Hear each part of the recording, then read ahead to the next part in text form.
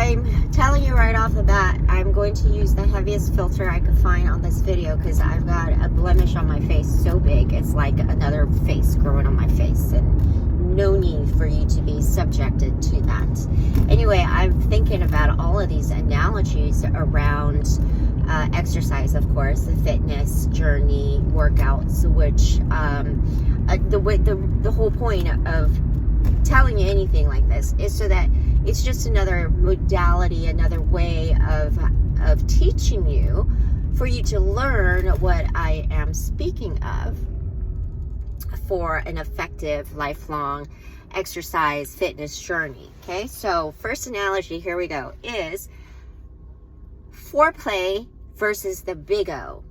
Okay, if I have to explain to you what the big O is, go ask your parents.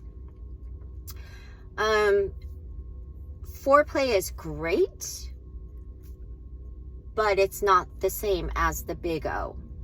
Okay, so that's established. You could even have an entire session of foreplay and be very satisfied, have a great time, have it be, meaningful, okay? Wonderful, okay? Again, it's not the big O, okay? So, in exercise, I'll tell you what the big O is first. It's basically weightlifting. I'm going to distinguish between strength training and weightlifting, okay?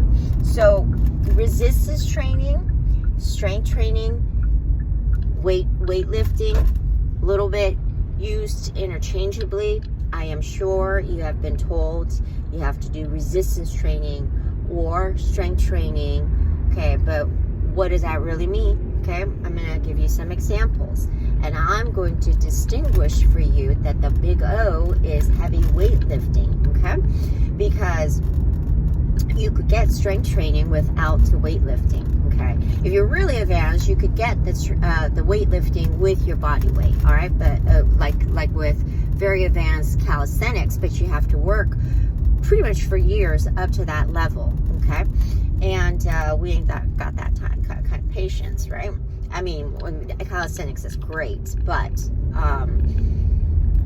for your immediate benefit, let's think weights. Okay, so that's the big O. Weightlifting is the big O.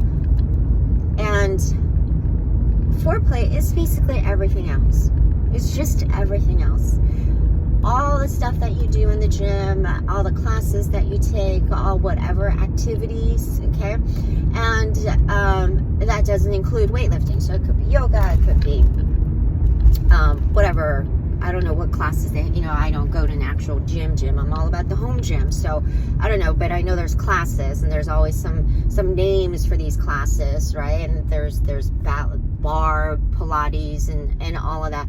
And all of that is necessary because you don't want just the big O and nothing but the big O. You want foreplay, okay? But what I'm saying is you have to have the big O at some point, twice a week. Okay, so and I'm also not saying that those classes don't give you strength, all right? Most definitely they will. All holding all those poses, and there's going to be, a lot of, I'm sure, some body weight stuff involved, right? With your squats and lunges, and depending on your conditioning, that's going to be plenty enough to give you strength, okay? That's not what I'm talking about.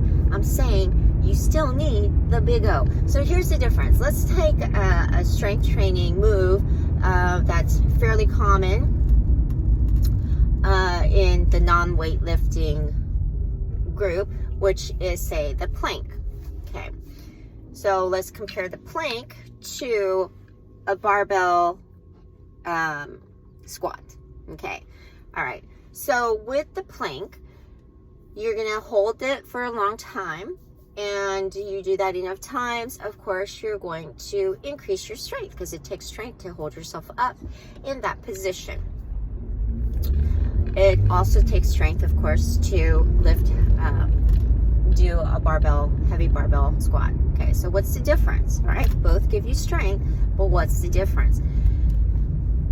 Number one, a plank can be held for a long period of time and is going to, before you hit failure on that plank, okay, failure meaning you basically have to drop to the ground because you can no longer hold the plank.